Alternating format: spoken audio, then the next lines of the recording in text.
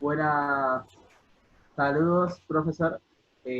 Somos los alumnos de cuarto año, es una comisión única y vamos a comenzar a desarrollar lo que sería el primer trabajo práctico de la cátedra de informática jurídica. Esta cátedra este trabajo práctico está centrado en todo lo que sería la comunicación y el Internet, abarcando temas como su origen, desarrollo, los diferentes tipos de informática jurídica, entre otras cuestiones. Eh, el primer tema que se tocó fue la relación entre la información y la comunicación. Para abordar este tema, nosotros en primer lugar lo que hicimos fue dar una definición de lo que sería la información y de lo que sería la comunicación. Entendemos que la información es aquel conjunto de datos que poseen un significado de modo tal que reducen la incertidumbre y aumentan el conocimiento de quien se acerca a contemplarlos. Eh, a esto hay que agregar que la información nunca será un ente autónomo y completo, sino que siempre se mantiene en constante alimentación, por decirlo de alguna manera, porque a todo momento se sigue consiguiendo más información, la gente realiza más estudios sobre cuestiones que no se habían investigado, entre otras, y es de esta manera que surge la información, por lo cual se considera que nunca tendremos la totalidad de la información disponible. Bueno, el segundo concepto que nos incumbe es la comunicación. Entendemos esta como aquel traspaso de información desde un emisor hacia un receptor, con todos los demás requisitos que serían un medio, un mensaje, y partiendo de estos dos conceptos, la consigna era encontrar una relación entre lo que sería la información y la comunicación. Para esto no pudimos encontrar un archivo que trate exclusivamente de esta cuestión, si bien hay diferentes archivos sobre información y comunicación, uno que los aborde de manera conjunta no encontramos, pero a través del desarrollo pudimos notar que una relación podría ser una codependencia entre estos conceptos. ¿Por qué?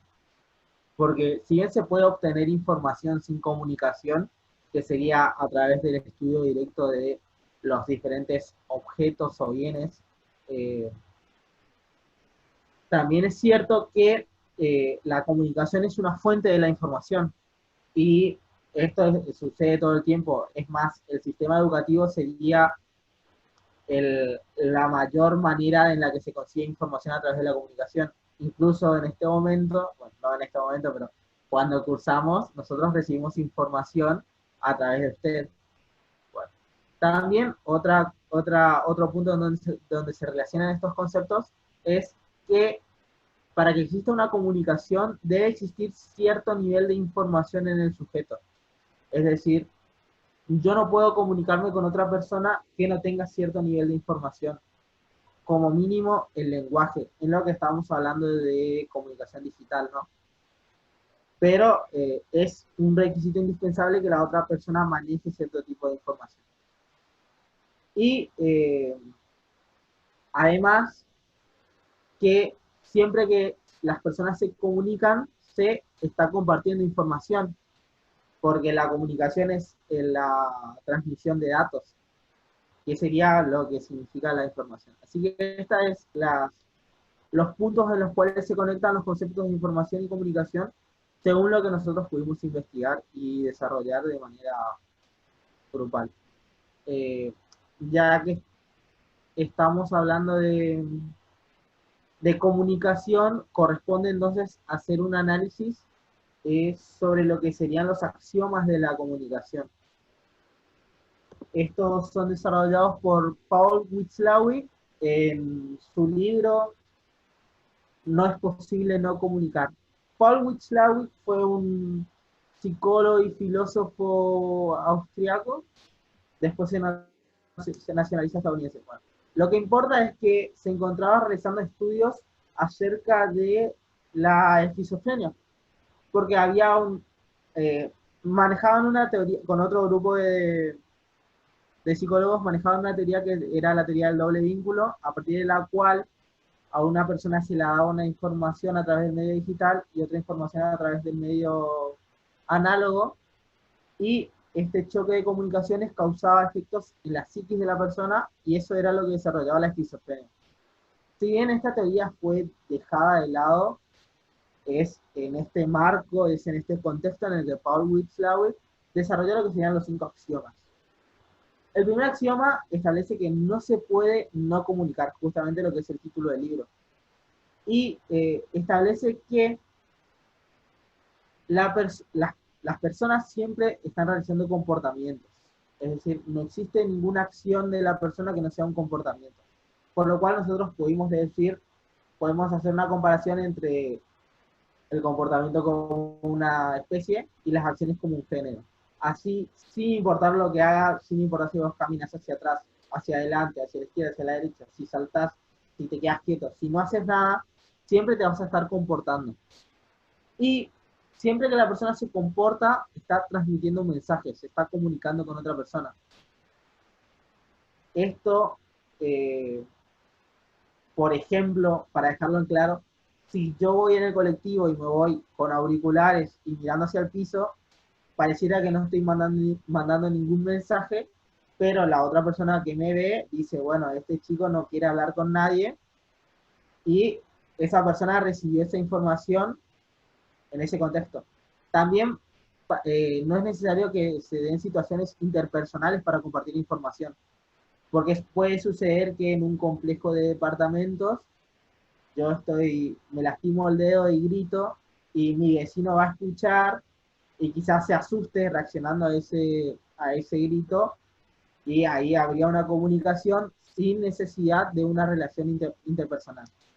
Bueno, el segundo axioma que nos da Paul Watzlawick sería los niveles de información.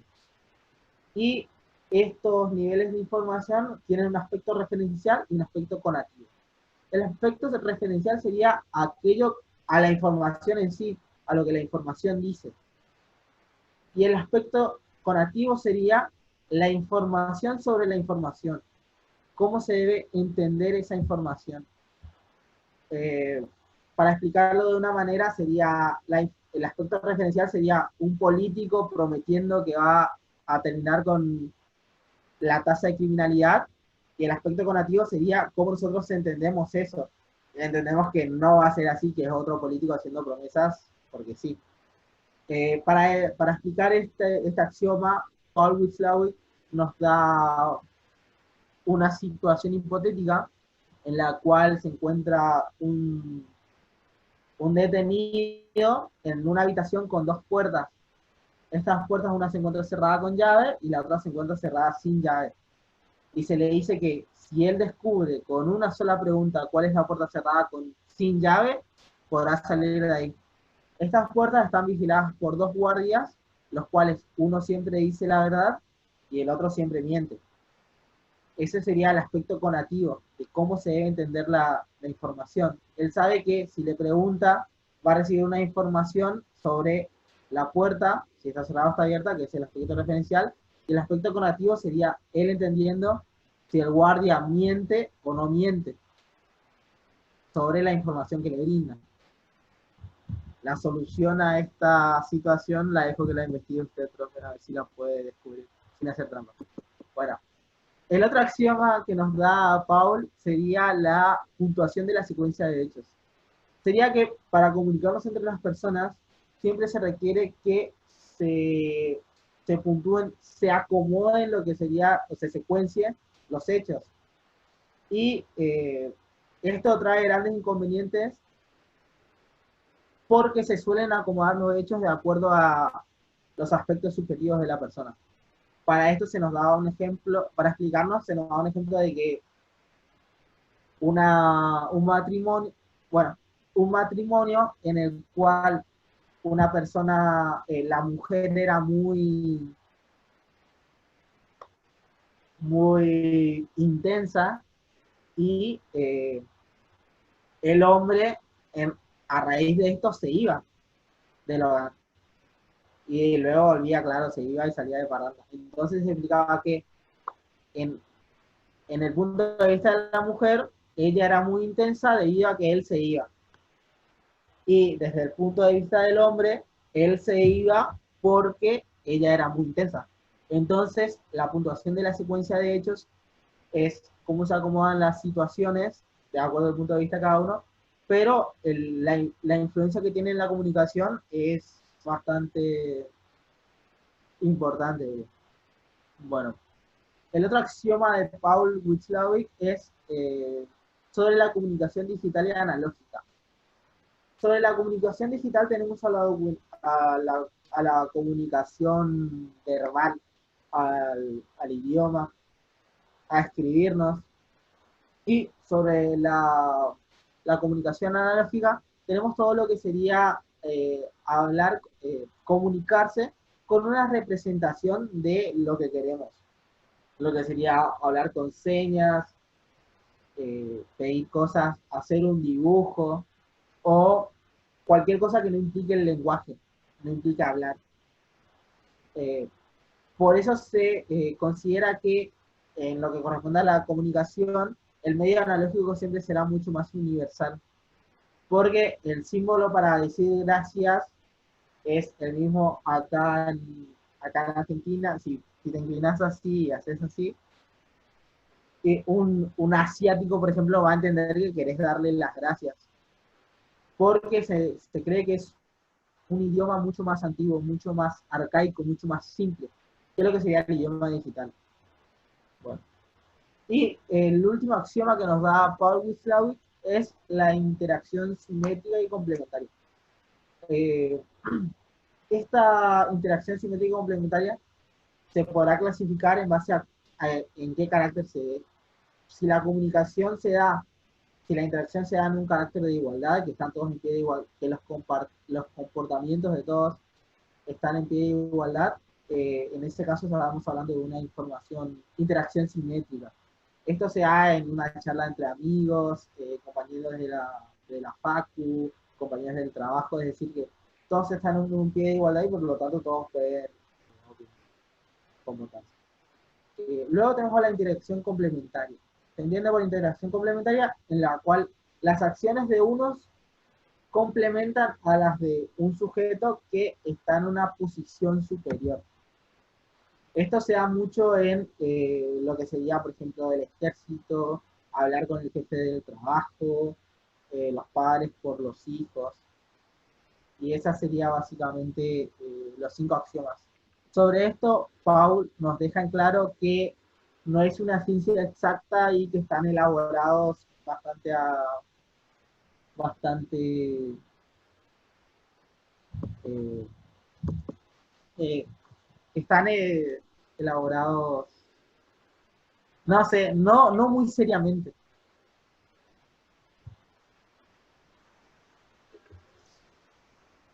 Bueno, el otro punto que nos toca desarrollar sería el impacto de las tecnologías de la comunicación, de la información y de la comunicación. Para esto desarrollamos un archivo sobre pediatría integral y el mismo trata y clasifica lo que serían en primer lugar, lo que serían los nativos y los inmigrantes digitales. Los clasifica en virtud de eh, cómo se encontraba la tecnología al momento de su nacimiento. Porque se considera que son nativos digitales aquellos que ya nacieron con un gran desarrollo tecnológico, por lo cual desde el momento de su nacimiento hasta su adultez, durante toda su juventud, mantienen una relación estrecha con la tecnología. Sin embargo, los inmigrantes digitales son aquella población que que no nació con la tecnología, sino que la tecnología se desarrolló posteriormente a ellos. Por lo cual, ellos debieron adaptarse a los nuevos medios tecnológicos. Bueno, eh, sobre el impacto que da sobre el hombre, siempre va a ser mucho mayor el impacto que tenga la tecnología sobre los niños y adolescentes, sobre los jóvenes, que sobre los adultos. Esto porque en particular los adultos son más reacios acercarse a la tecnología, y también porque el aspecto cultural va variando y va acomodándose a la tecnología, por lo cual no va a ser normal, por ejemplo, que una persona, en este momento no sería normal que una persona de 15 años no tenga un celular. Por esto justamente siempre van a ser la generación más joven la que sea más afectada por la tecnología. Sobre esto, el, el, la revista que vimos separa el impacto en las diversas pantallas y las tratamos con sus pros y sus contras de manera individualizada. En primer lugar tenemos a la televisión, que los que más usan la televisión son los niños de 4 a 12 años. Y si bien antes era normal, no era normal que todas las casas tengan una televisión, actualmente se puede considerar que es raro que no, una casa no tenga una televisión e incluso que tenga menos que una televisión. En el caso de mi familia, por ejemplo, tenemos 3 televisores. Y cada vez se da más. Y es muy normal ahora que los chicos tengan televisiones en su cuarto. Y esto va a seguir avanzando más aún con el desarrollo que tuvieron las televisiones, que ya no son solo televisiones, sino que son instrumentos multimedia para abrir otras aplicaciones como YouTube, Netflix, etc. Bueno, lo bueno de esto, lo bueno de las televisiones es que son un medio para conocer otros mundos, para conocer mundos eh, de fantasía, también para conocer el mundo real, por ejemplo, con programas como Nat Geo, Discovery y todo, ellos conocen lo que sean animales que no va, probablemente nunca vean. Y conocen el mundo, conocen África, conocen el mar, y esto es un punto positivo. También para también tiene puntos negativos. Y un punto negativo que se ve en todas las pantallas sería el tiempo perdido. Porque todo el tiempo que se le otorga a una pantalla es tiempo que no se va a otorgar para otra actividad, como por ejemplo estar con la familia, desarrollar actividades físicas, hacer la tarea, etc.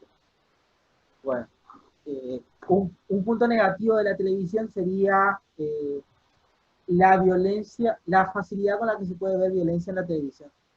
Y teniendo en cuenta que la media que mira televisión son más jóvenes, el impacto es grande. Bueno, luego tenemos a las consolas. Las consolas son generalmente utilizadas por chicos de entre 9 y 12 años y un punto a favor sería que son un gran medio para desarrollar la coordinación y también para mejorar el autoestima en algunos casos. También se dice que puede ayudar a ciertos chicos con problemas de aprendizaje y generalmente puede desarrollar que el chico aprenda otras cosas, como por ejemplo, si te pasas 10 horas al día jugando un juego que está en inglés, necesariamente aprendes ciertas cosas. O un punto en contra sería la violencia que se ve en los videojuegos. Y sobre esto, el primer destino que buscan los niños para jugar en las consolas es los deportes, el segundo es las aventuras, y el tercero sería todo juego que implique matar a tu enemigo. Así, por ejemplo, actualmente un juego que prácticamente todos los jóvenes en Argentina juegan, que se llama Free Fire, consiste en matar a todos los otros jugadores de la plataforma. Así que ahí se ve claramente lo que establece este artículo, que no es tan nuevo, pero que se aplica. Eh, Se han realizado estudios sobre si esto implicaba que los chicos sean más violentos y se ha establecido que no y que la violencia tiene que ver más con caracteres personales del niño. Bueno, la otra de la pantalla serían los ordenadores e internet. Estos son utilizados generalmente por chicos de entre 10 y 15 años y son un buen medio para obtener información general y específica. Y es justamente esto mismo lo que los hace peligrosos, porque es muy fácil encontrar información que sea falsa, que esté mal en Internet. Justamente el punto positivo es el punto negativo. Y además de la facilidad con la que pueden ser hackeados y todas las páginas con contenido no apto para chicos a las que pueden ingresar. Y por último, en la pantalla tenemos a los celulares, que son más utilizados entre niños de 9 a 12 años y que son un medio para el ocio, el entretenimiento y también para la autonomía del joven, porque al crear una comunicación instantánea entre el padre y el niño, le da más autonomía y dejan que se vaya a ciertos lugares y que se mantenga más tiempo fuera del hogar, etc. Un punto en contra sería la facilidad con la que son hackeables. Y esto empeora cada vez más debido a que a medida que avanza la tecnología, aumenta la información que cada persona lleva en el celular. Por ejemplo, ahora con Onda, con Walla, llevamos toda nuestra información bancaria en el celular, nos hackean eso, te vacían la cuenta, se llevan tu IFE, y bueno.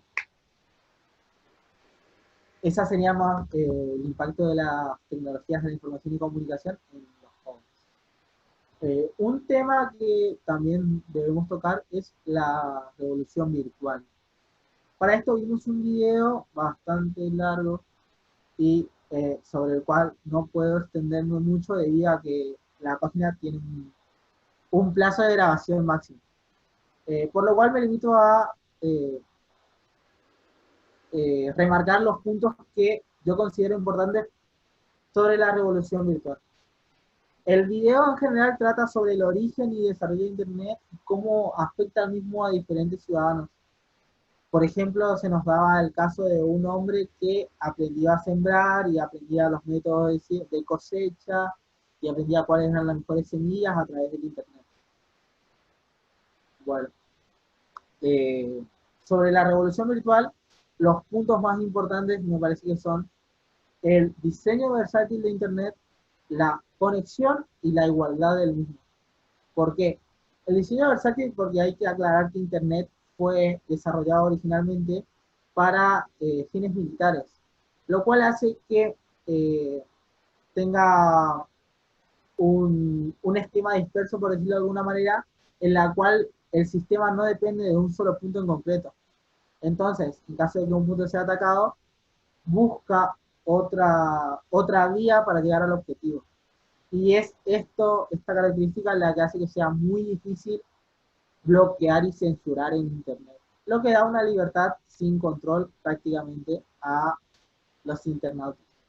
Cabe aclarar que esto es más...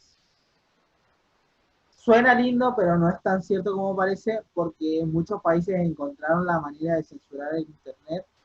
Por ejemplo, Irán, que censura páginas como Facebook, China censura, China censura noticias puntuales del New York Times para su población. Y así. Sin embargo, la gente desarrolla programas para evitar esta censura, ¿no? Pero se da. Y también que el Internet, justamente el diseño versátil, se volvió una mejor manera para que los países puedan controlar y censurar a su población, justamente por este medio que les entrega una libertad sin control. Otro punto importante sería la conexión. ¿Por qué? Porque la conexión, la conexión de Internet da la posibilidad de informarse y comunicarse instantáneamente y de forma globalizada. Eh, yo puedo mandar un mail y automáticamente le llega a una persona que está en China. Y eso es muy difícil de controlar y es un punto muy fuerte del Internet. Eh, ¿Por qué? Porque esa comunicación puede ser un simple mensaje, hola, ¿cómo estás? Hola, ¿qué haces? O también puede ser una información vital para la población de China. O puede ser cualquier tipo de información que afecte a la población. Sobre esto, en el programa, en el video muestra un programa que se llama Javi o algo así, similar, está en un idioma que no manejo, y que trata justamente de eso, justamente de la presión que pudo ejercer la población debido a que contaba con la información. Porque al saber dónde se hacían las revueltas, podían presionar al gobierno para que las pare. Eh, Sobre esto también es necesario que todas las personas estén conectadas a Internet para que esto se pueda dar de manera eficaz. Es más, Bill Gates dijo que para que el Internet funcione necesita que cada persona del mundo tenga una computadora. Y si bien eso no sea su totalidad, no es que estemos muy lejos que digamos. Bueno, y otra forma sería la igualdad. Este también es otro precepto que suena lindo, pero no es tan cierto. Porque mientras más poder económico se tenga, más peso tenés en Internet. Porque se supone que todas las voces tienen el mismo precio, pero esto no es el mismo. Se supone que todas las voces tienen el mismo peso, pero esto no se da. Porque el Internet mismo, al volverse una forma de ganar dinero, crea para sus usuarios formas de que se les faciliten las cosas a través del pago.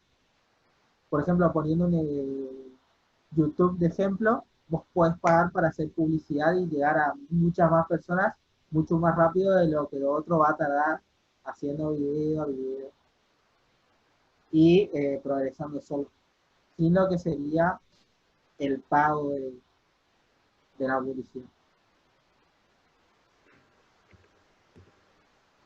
Y la evolución de Internet. Eh, para, para ponerlo en contexto, el Internet nace durante lo que, a raíz de lo que sería la Guerra Fría.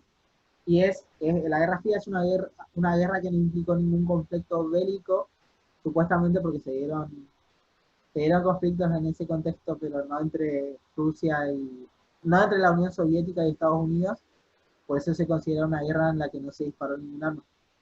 Bueno, en la cual cada país defendía su propia ideología y intentaba imponerla. Para esto, intentaban realizar avances tecnológicos, lo que fue la famosa carrera a la luna entre la Unión Soviética y Estados Unidos. Bueno, es en este contexto que Estados Unidos, ante el terror de una posible amenaza nuclear por parte de la Unión Soviética, desarrolla el ARPA, que es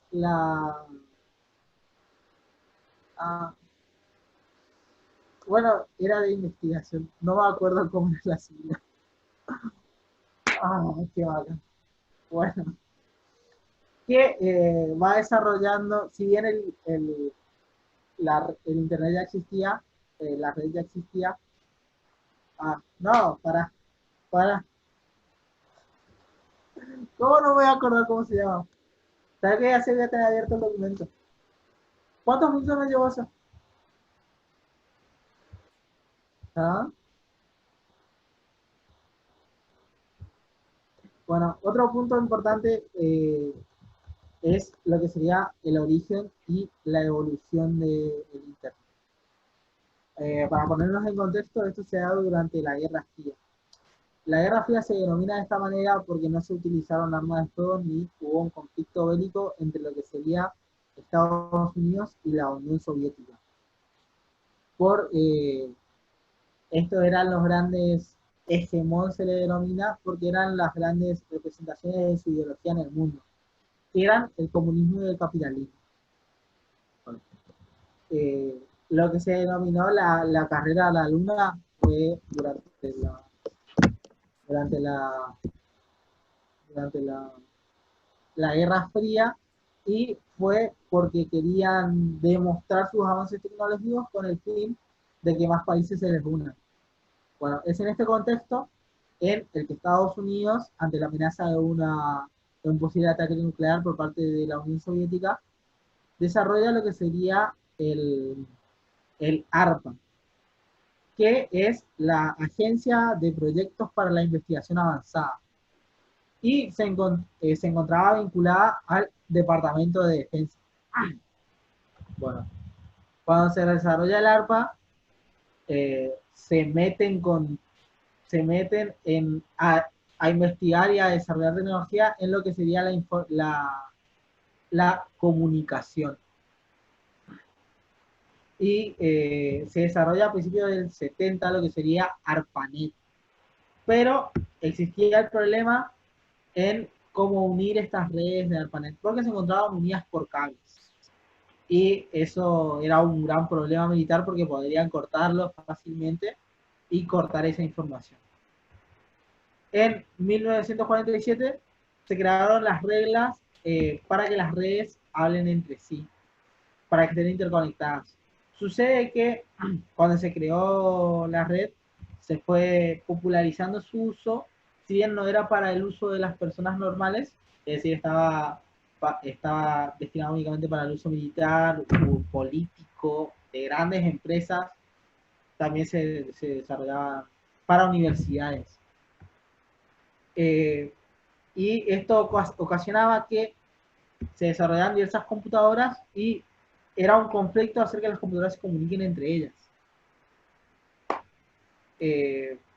Porque cada una tenía su propio sistema y es ante esta situación en la que se crea el sistema de la tecnología de conmutación de paquetes, que lo que hace es desmenuzar en trozos pequeños toda la información.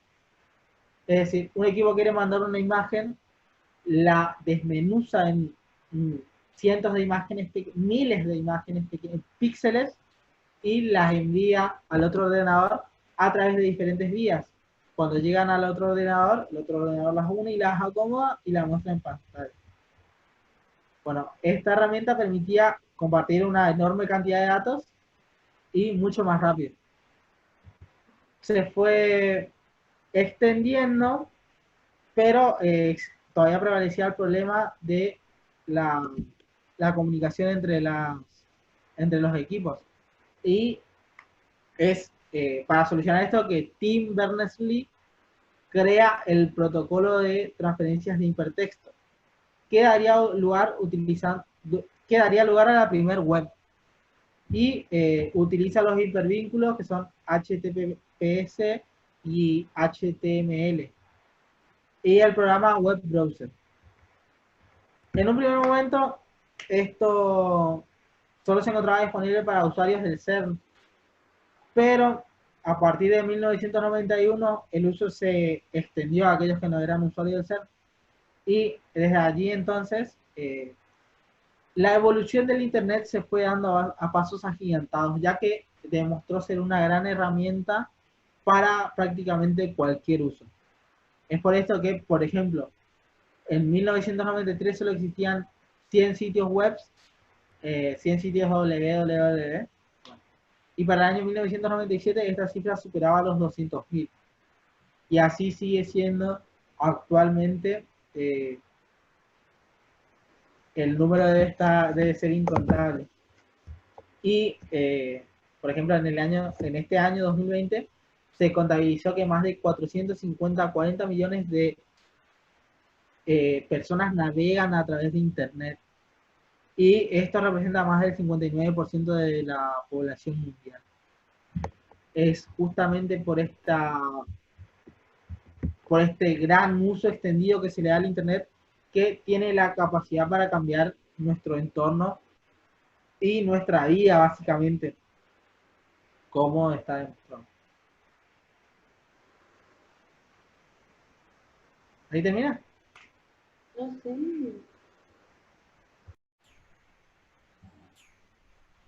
Bueno, retomando con esta exposición, vamos a hablar un poco del origen, la clasificación y la evolución del derecho informático. Lo que podemos decir con respecto a esto es que la aparición de la informática genera un sinfín de vínculos con las demás ciencias, entre las cuales se encuentra el derecho.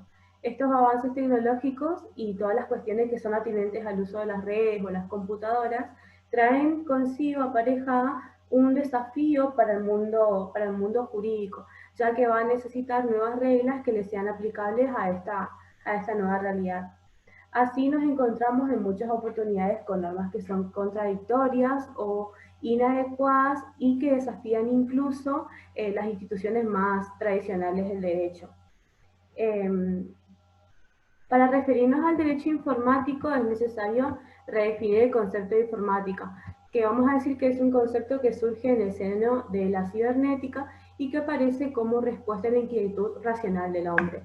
Esta aparición de la cibernética, en esta aparición de la cibernética intervienen diversos factores.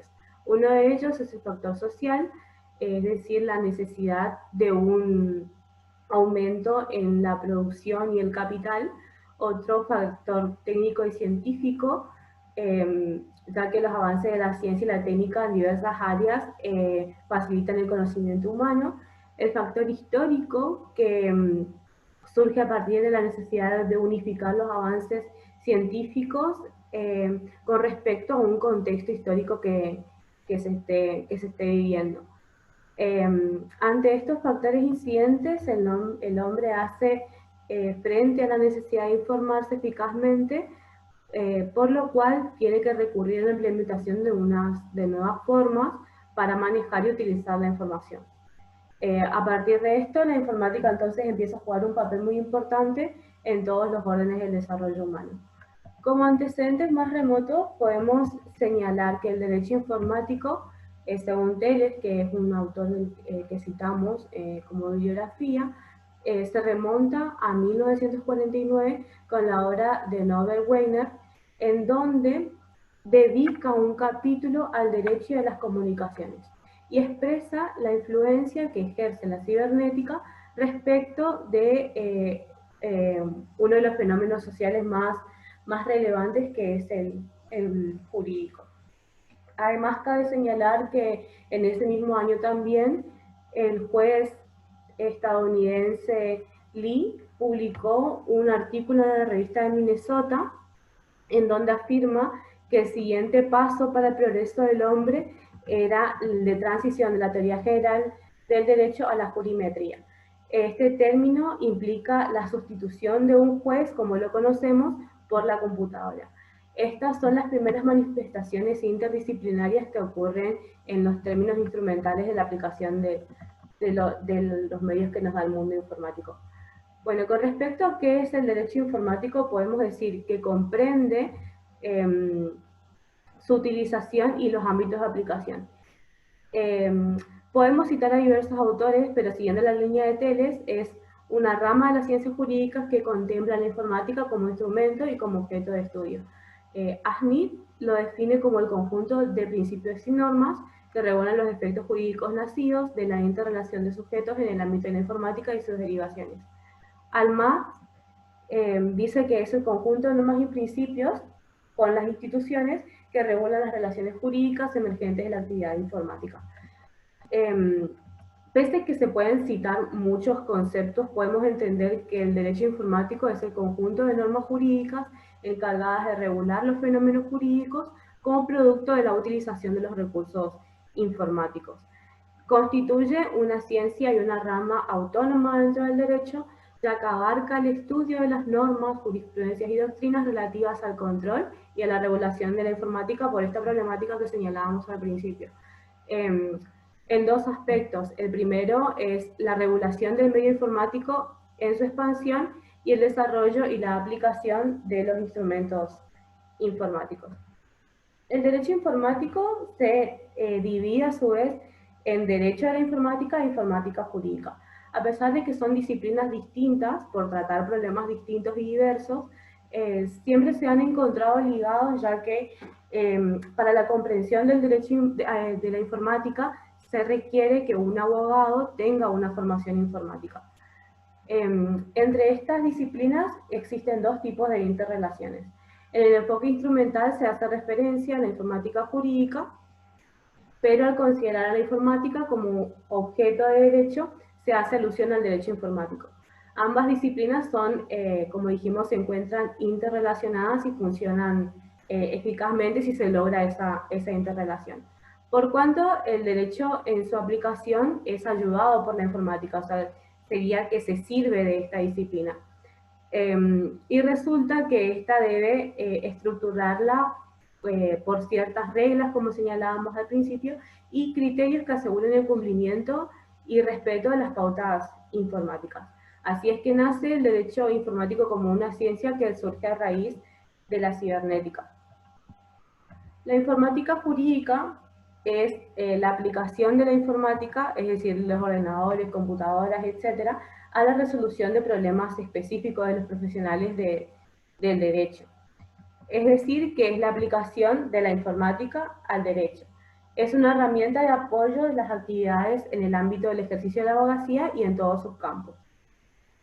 Es la técnica interdisciplinaria entonces que tiene por objeto el estudio y la investigación de los conocimientos de la informática en general, que son aplicables a la recuperación de información jurídica, por ejemplo, como por una base de datos, o la elaboración y aprovechamiento de los instrumentos de análisis. Básicamente, entonces, lo que se estudia es cómo la tecnología ayuda a nuestra disciplina que es el derecho.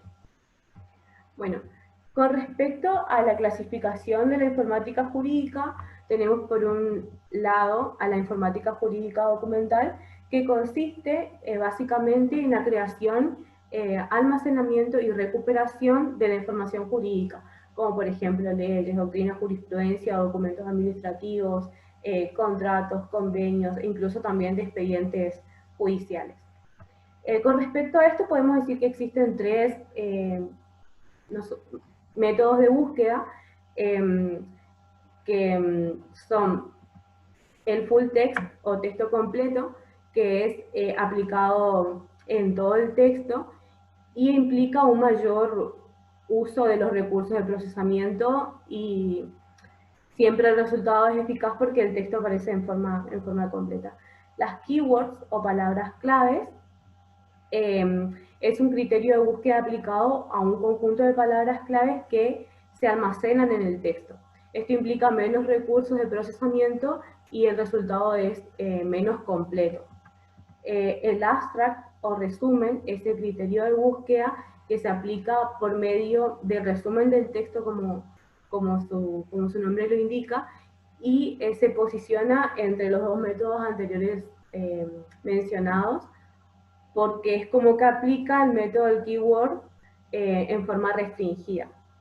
La informática jurídica documental siempre va a ser un facilitador de la información, ya que por medio de una base de datos de almacenamiento de documentos jurídicos de toda clase sirve para la consulta en cualquier momento, y esto también evita un aprovechamiento, ya que no vamos a tener que traer en soporte físico el material porque ya se encuentra digitalizado. Bueno, con respecto a la informática jurídica de la gestión, podemos decir que es una disciplina que tiene como fin organizar y controlar la información jurídica contenida en los documentos. Documentos, expedientes o todos los otros instrumentos que habíamos mencionado anteriormente.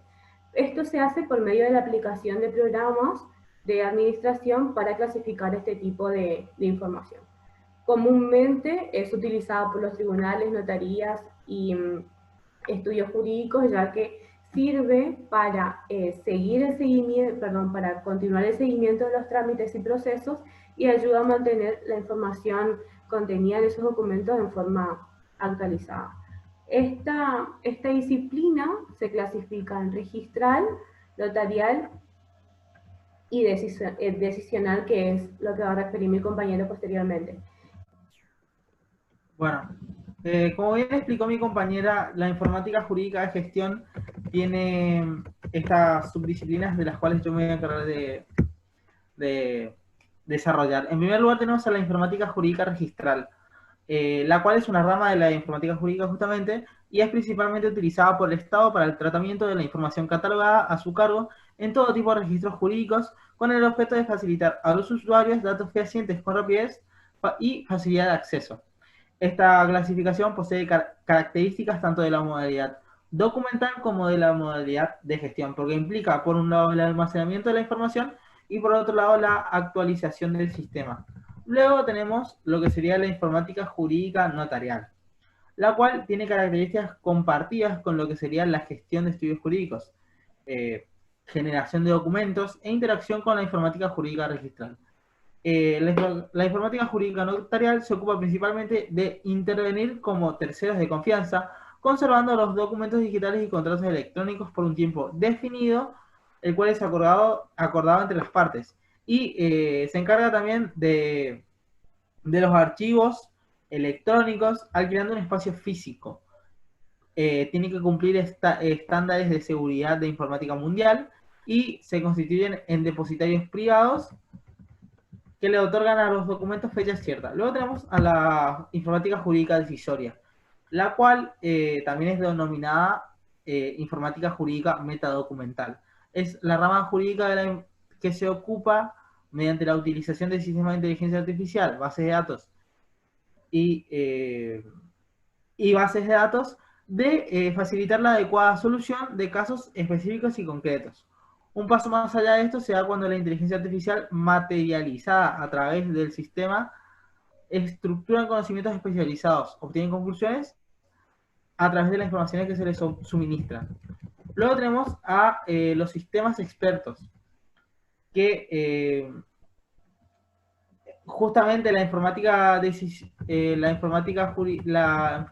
jurídica decisoria se sirve de los sistemas expertos, los cuales consisten en la estructuración de conocimientos especializados que, en conjunto con un mecanismo de referencia, saca conclusiones a partir de la información que les suministra en forma de preguntas o respuestas. Estos sistemas jurídicos expertos están compuestos por una base de datos estructurado de tal manera que permita el cálculo lógico en ella. También tiene un sistema cognitivo que funciona como un motor de inferencia, conteniendo la mayor parte del esquema de razonamiento válido en ese dominio, y una interfaz que lo que hace es comunicar a la máquina con el usuario. El sistema que demostró una mayor eficiencia en la comunicación del usuario y la máquina es el de pregunta y respuesta. Estos sistemas expertos pueden utilizar operaciones lógicas sobre los elementos que lo integran, además de razonamiento en virtud de contar con una base de datos estructurada. Y también tenemos a la informática jurídica notarial, la cual tiene características compartidas con la gestión de estudios jurídicos, generación de documentos e interacción con la informática jurídica registral. Se ocupa principalmente de intervenir como tercero de confianza, coordinando los documentos digitales y contratos electrónicos. Bueno. Luego, tratando lo que sería el impacto de las TICs en las distintas áreas del derecho, en primer lugar tenemos al derecho societario. Cabe añadir que la legislación admite que se utilicen las TICs en forma amplia, como por ejemplo en todo lo que respecta a la contabilidad y documentación, y en forma parcial para ciertos tipos sociales o para ciertos actos. Por ejemplo, al constituir una sociedad, al realizarse las reuniones de los órganos internos y la reforma de los estatutos constitutivos. Financiando también el financiamiento por internet y lo que serían las relaciones con las autoridades de fiscalización y registro. Sin embargo, cabe añadir que en el derecho societario existe lo que sería la regla de la libertad estatuaria, por lo que los socios pueden prever la utilización de los TICs para todo el funcionamiento interno societario, en la medida en que se cumple el principio de equivalencia. Es sobre esto justamente que Dubois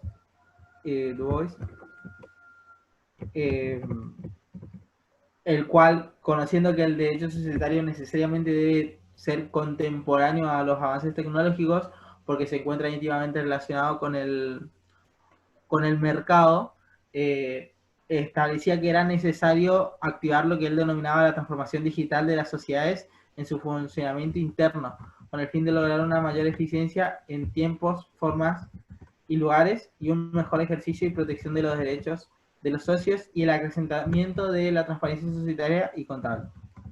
Luego tenemos el impacto de las TICs en el derecho tributario, en la cual han sido pioneras de las relaciones entre la administración y los obligados tributarios. En las últimas décadas, tanto en lo que trata de la información y a la asistencia facilitada a los obligados, por ejemplo, en lo que sería, actualmente se realizan muchos trámites, el pago de muchas deudas, y creo que incluso tienen un sistema propio. El municipio sería para el cobro de lo que sería agua, luz, etc.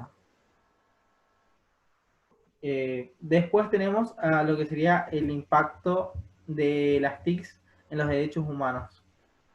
Y sobre esto cabe añadir que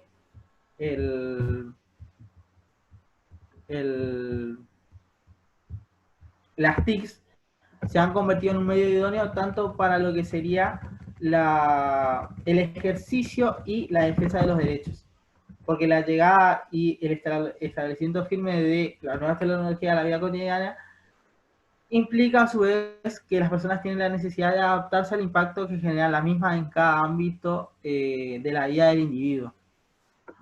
Por ejemplo, un ejemplo de esto sería el uso creativo de las tecnologías de información y comunicación para la defensa de los derechos y la promoción de los mismos.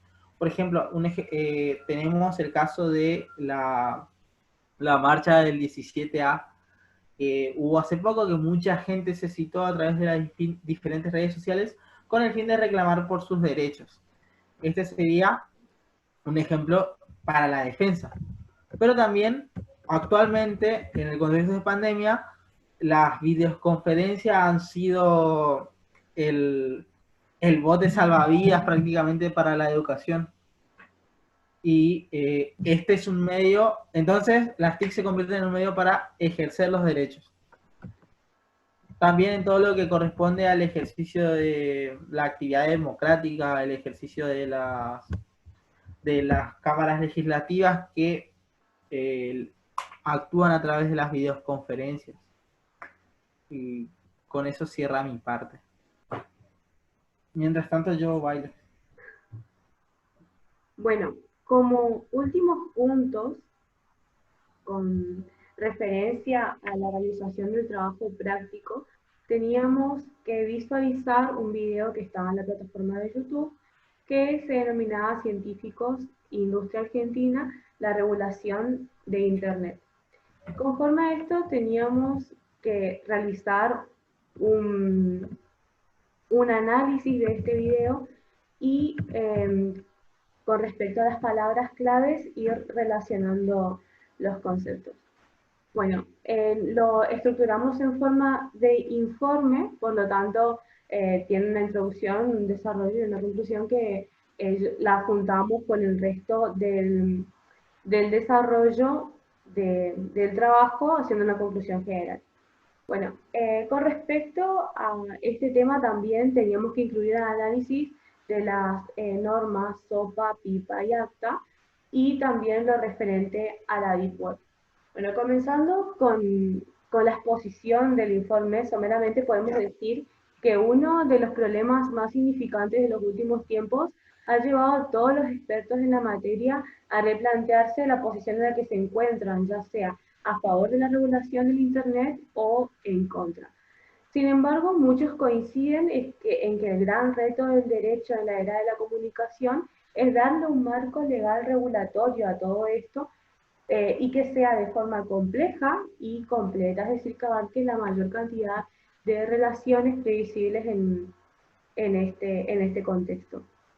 Bueno, nuestra Constitución protege a las actividades realizadas por los hombres que no ofendan al orden y a la moral pública en su artículo 19, diciendo que están solo reservadas a Dios y exenta a la autoridad de todos los magistrados. Esto es lo que conocemos en nuestro sistema como principio de reserva y es uno de los lineamientos básicos. Incluso se ha sostenido también que es una manifestación del derecho a la libertad. Bueno, entonces, por medio de ello podemos decir que una persona que navega por la web está ejerciendo su derecho reconocido a nivel constitucional y también a nivel supraconstitucional, porque existen tratados de derechos humanos con jerarquía constitucional que lo protegen, de esta materialización de la autonomía. Entonces, lógico es entender que no debe inferir el Estado en esta actividad, en ninguno de sus niveles y tampoco a partir de ninguno de sus poderes. Bueno, estos fueron los cimientos en los que basamos el desarrollo de todo el trabajo y por la recopilación bibliográfica y la vista del material mencionado anteriormente, iniciamos un desarrollo determinando primero la postura de Sol, que es un abogado penalista especialista en derechos informáticos, que asegura que la red de Internet ya está regulada, aunque precozmente, porque refiere a que esta regulación es hecha por las organizaciones internacionales y siempre en un marco empresarial. Bueno, por lo tanto, entiende que la idea de una Internet en la que cada persona actúe conforme a su voluntad está bastante alejada de lo que es la realidad. Este opinante dice que a menudo firmamos contratos, convenios con con prestatarios de servicios de Internet, y a partir de esto también nos estamos regulando, como por ejemplo al aceptar los términos y condiciones, por ejemplo, para la instalación de una aplicación. Entiende este opinante que los riesgos existentes por el uso de la red son inmensurables y hasta incluso pueden llegar a afectar la seguridad de un Estado, porque pueden suceder ataques cibernéticos por grandes organizaciones de los que no estamos exentos que nos pasen. Bueno, no obstante, se cuestiona si este hecho es motivo suficiente para minimizar todas las garantías que responden a la consecución de los derechos individuales. Con respecto a esto, como grupo opinamos que el Estado no se encuentra en un pie de igualdad con los ciudadanos, aunque su sometimiento a las normas como nota fundamental del Estado de Derecho implica que también se le reconozcan una suma de correspondientes garantías en la esfera de su competencia, siendo la principal la de gobernar. Es un acierto entonces que Sol entienda que esta regulación no está en discusión, sino que esta regulación hay que prestar particular atención en la manera en que se materializa, ya que a nuestro entender en el ejercicio del poder de policía el Estado no puede obstruir al punto de hacerlo desaparecer los derechos que están consagrados en nuestra ley fundamental. Bueno, Berzelli por su parte opina que conforme a esto existe un nuevo tipo de regulación que es más apegada a todo el avance y el diseño de la tecnología, que es el código digital. Asegura que este es un concepto bastante difícil de tratar y trae a colación, por ejemplo, el caso de Google para tratar los derechos de autor, entendidos como el conjunto de normas que regulan los principios que rigen los principios y derechos patrimoniales que la ley concede a los autores por el simple hecho de la creación de una obra literaria, artística, musical, etc. Y la privacidad. Dice que estos dos derechos entran en conflicto cuando esta corporación escanea indiscriminadamente bibliotecas enteras y no le pagan a los autores lo que corresponde, como una suerte de imposición tecnológica por ser el dueño de las tecnologías, porque ya Google se ha catalogado a sí mismo como una especie de inteligencia artificial.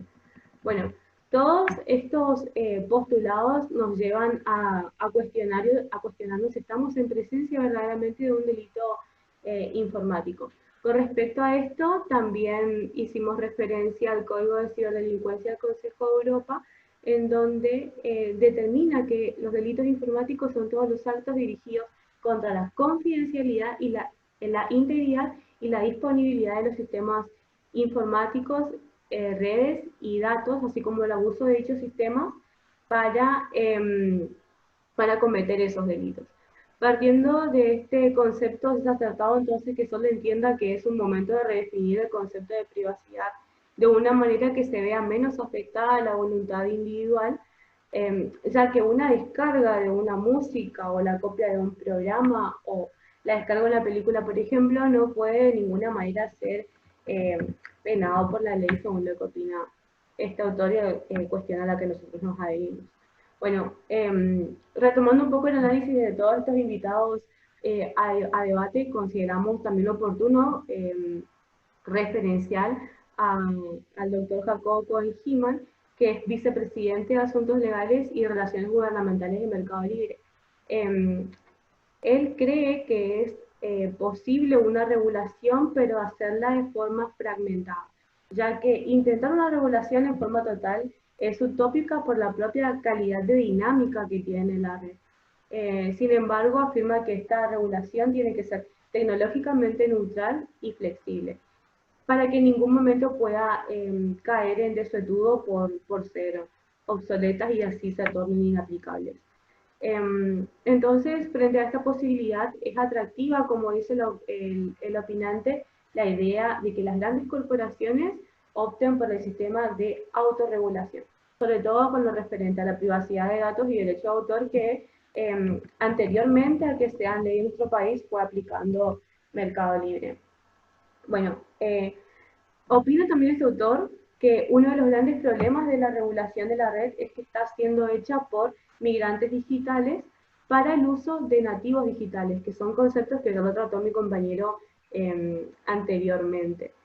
El que regula entonces lo hace en función del concepto de privacidad que maneja y desatiende en forma irresponsable, digamos, el hecho de que las personas que utilizan la red también pretenden exponer su privacidad, lo que nuevamente refleja la necesidad de direccionar el concepto de privacidad.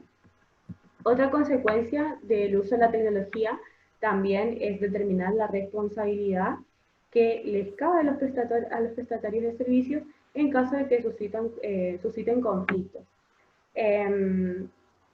Opina entonces Ima que la regulación en Argentina continúa siendo bastante precaria si la comparamos con la legislación de Chile o Brasil, que se encuentra en mejores condiciones. Con respecto a esto, nosotros citamos un fallo de la causa 7870 del año 2007, caratulada Luna Silvia Noelia contra Yahoo de Argentina, Sociedad de Responsabilidad Limitada y otros sobre daños y perjuicios. En este fallo, la Cámara Nacional de Apelaciones en lo Civil y Comercial, la Sala 2, responsabiliza a los proveedores de servicios de Internet por los daños y perjuicios sufridos por la actora, por Luna, al figurar fotografías de ella y vincular su nombre con páginas de índole sexual, con prostitución y pornografía que eran denigrantes de alguna manera para su imagen y su honor, que son derechos personalísimos reconocidos. Por lo tanto, son esenciales para una persona y son relativamente indisponibles. En esta puja de jerarquía de derechos se armoniza con el derecho constitucional indiscutible en un Estado democrático, que es la libertad de expresión. Este fallo establece que el derecho a la libertad de expresión obliga al medio que lo ejerce, es decir, a estas corporaciones, a un uso regular de esta difusión, por llamarlo de alguna manera, teniendo en cuenta la veracidad de la información brindada, y por ende, cuando un proveedor de servicio de Internet toma conocimiento fehaciente sobre la violación de un derecho de un tercero, por parte de ese contenido que ellos mismos han expuesto o que se expone por medio de sus plataformas, deben tomar todos los medios necesarios para eliminar los datos de esta búsqueda. Y este conocimiento por parte de Google y Yahoo, que en principio no eran como los obligados directos, los responsabiliza por no haber efectivizado mediante medidas reparatorias la protección del derecho de estos derechos personalísimos que mencionamos anteriormente. Bueno, con respecto a las normas SOPA, PIPA y ACTA, las buscamos ampliando un poco el contenido que expusimos al principio, y aclaramos que en el orden mundial existen leyes tendientes a proteger el derecho a autor. Voy a tratar de ser lo más clara posible y sintetizado de una manera rápida. Bueno, en primer lugar, la SOPA es un proyecto de ley presentado en la Cámara de Representantes de los Estados Unidos, que se presentó el 26 de octubre del 2011, y que tenía por finalidad expandir las capacidades de la ley estadounidense para combatir el tráfico de contenidos de derecho de autor y bienes falsificados a través de Internet. Las previsiones de este proyecto incluyen la solicitud de una orden judicial para bloquear la privacidad y las redes de pago que proveen las ganancias del sitio infractor, y el bloqueo de los resultados que conducen al sitio a través de los motores de búsqueda. Existe también la posibilidad de conseguir una orden judicial para que los proveedores de Internet bloqueen el acceso al sitio infractor. Los que proponen esta ley aducen que protegería el mercado de la propiedad intelectual y correspondientemente la industria, los empleos y los beneficiarios, y que es necesaria para fortalecer las leyes actuales para hacerlas más fuertes frente a las fallas que puedan presentar estos sitios. Y los opositores, sin embargo, afirman que esta legislación que se propone afecta la libertad de expresión, la inversión y todas las innovaciones de Internet, ya que le da potestad a la justicia para bloquear el acceso a un dominio de la información. La FIPA es un proyecto de ley que tiene por objetivo el brindar al gobierno de los Estados Unidos y a los titulares de los derechos de autor herramientas que les faciliten, restringir el acceso a todos los sitios web dedicados a infringir o falsificar los bienes, y en especial a aquellos sitios registrados fuera del territorio de Estados Unidos. Y por último, ACTA es un acuerdo multilateral voluntario que propone fijar protección a la propiedad intelectual con el propósito de evitar la falsificación de los bienes, también de los medicamentos genéricos y la piratería.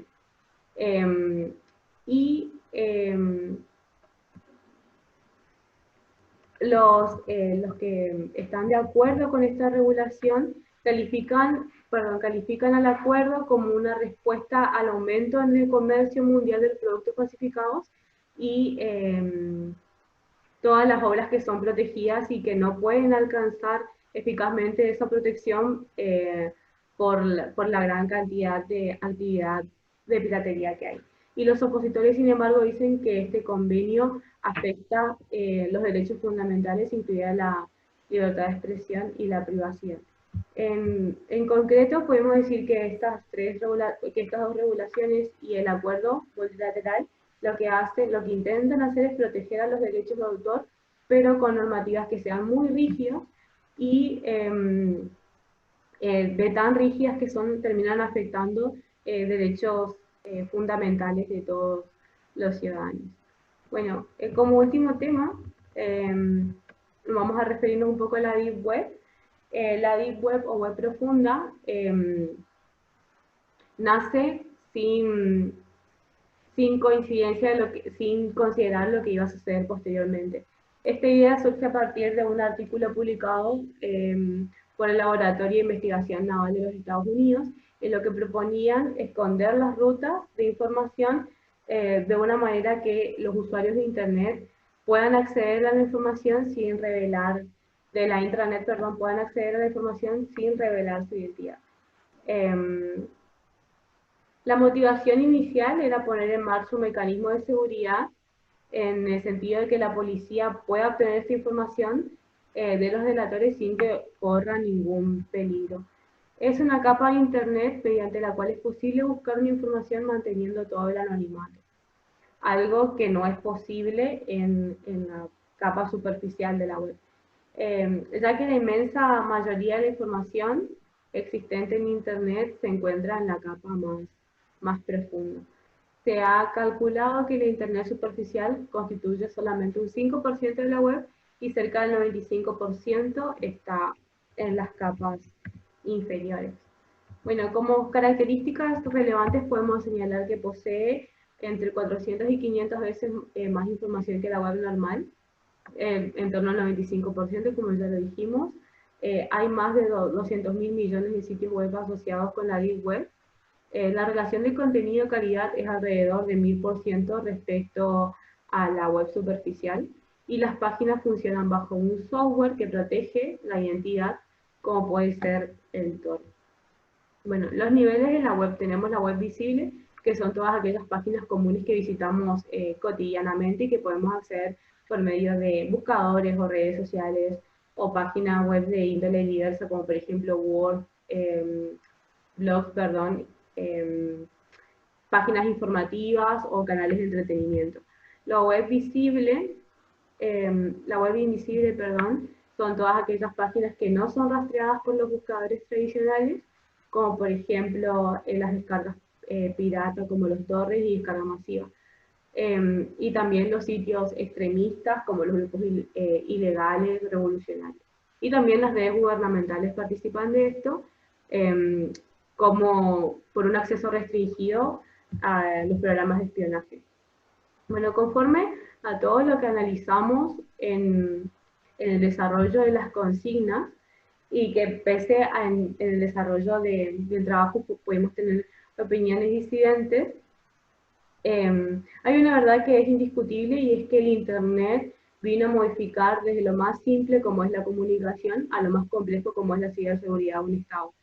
Esto es una herramienta que tantas facilidades nos otorga y es normal que traiga consigo diversas problemáticas que giran en torno a su imprescindible avance y el consecuente dinamismo como característica fundamental que señalamos anteriormente.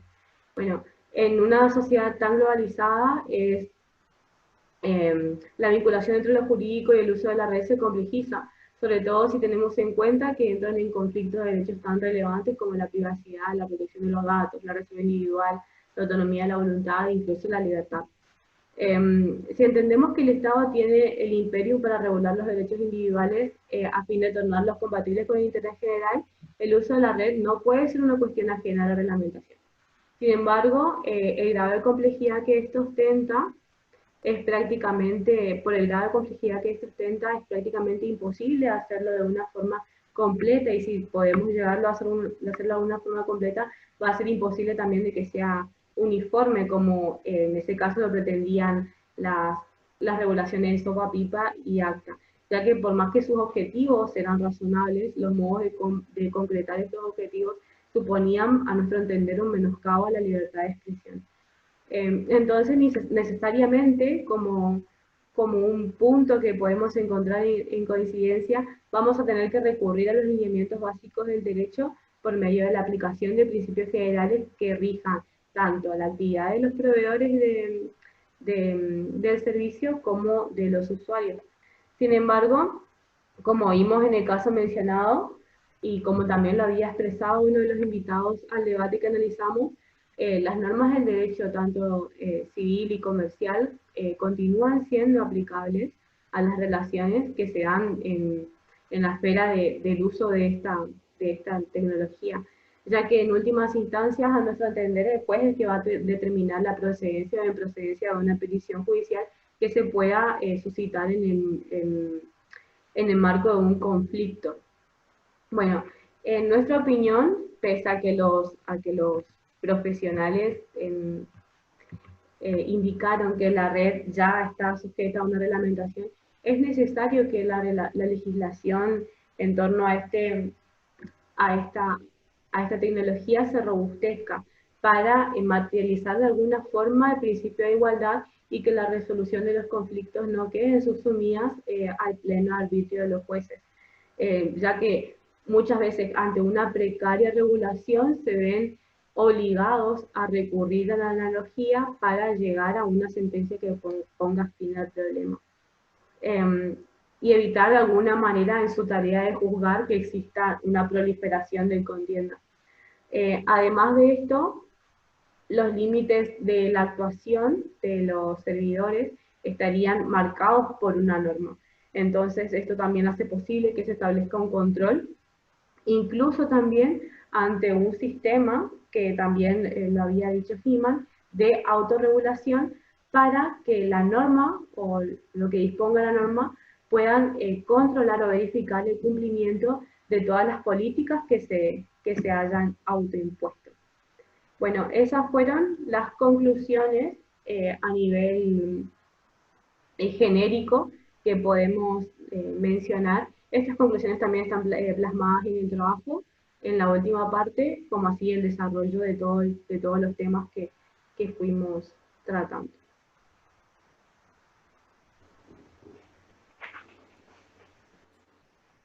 Gracias, profe. Hasta luego.